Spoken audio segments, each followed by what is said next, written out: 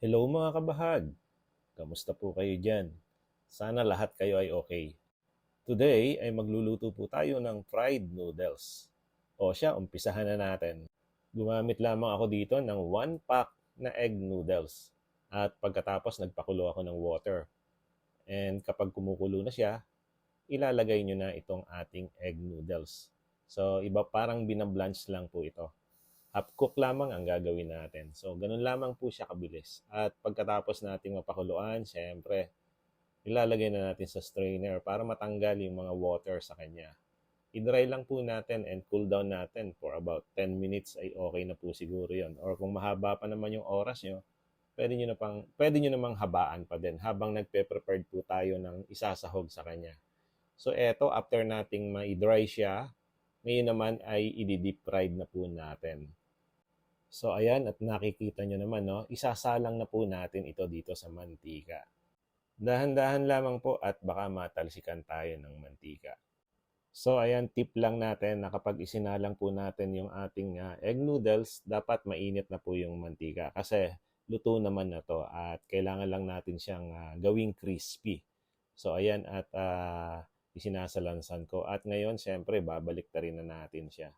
Madahan lamang at baka kasi masunog ka agad. So eto, at okay na siya.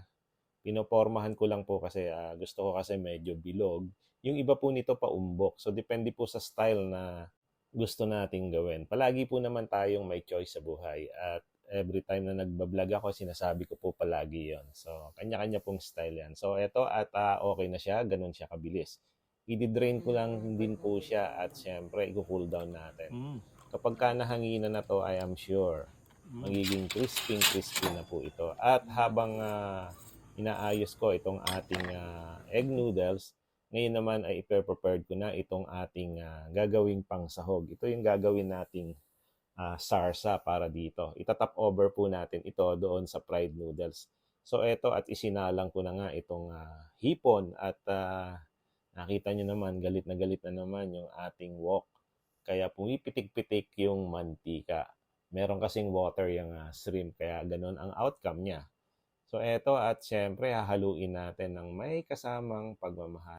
At palagi ko namang sinasabi sa inyo na huwag tayong maiinip.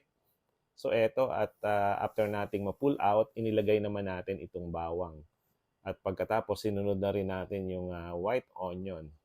And syempre, igigisa uli natin para hindi siya dumikit at para hindi rin siya masunog. Isinama ko na rin itong natira natin kanina na button mushroom. So, ayan. At parang gagawa po tayo dito ng chop suey. Naglagay din ako dito ng carrots, as you can see, ano. So, ayan. Okay lang yan.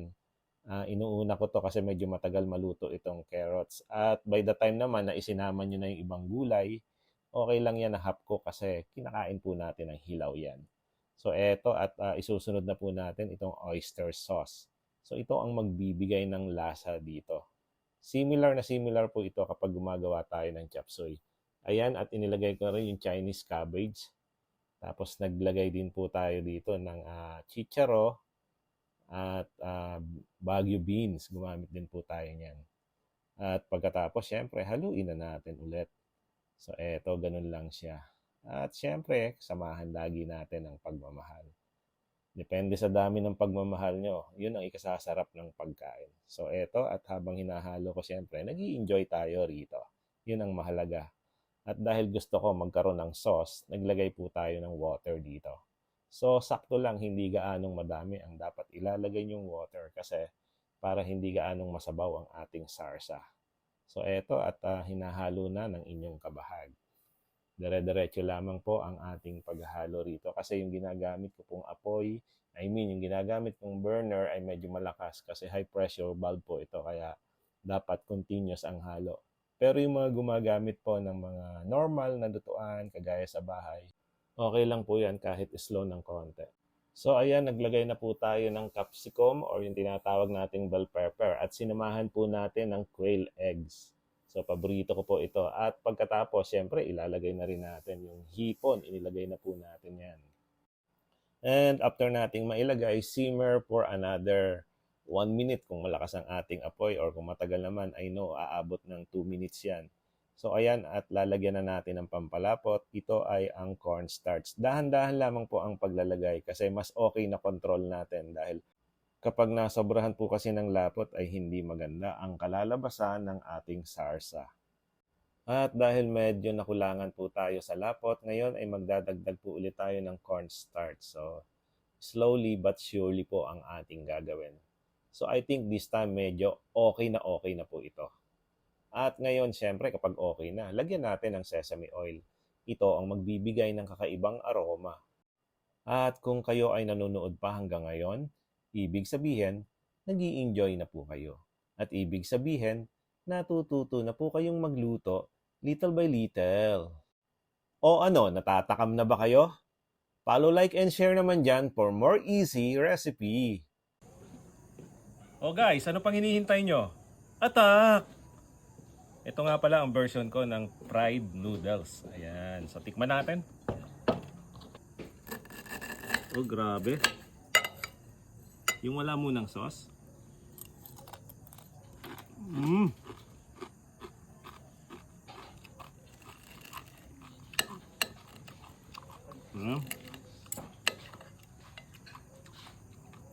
Yummy. Mmm.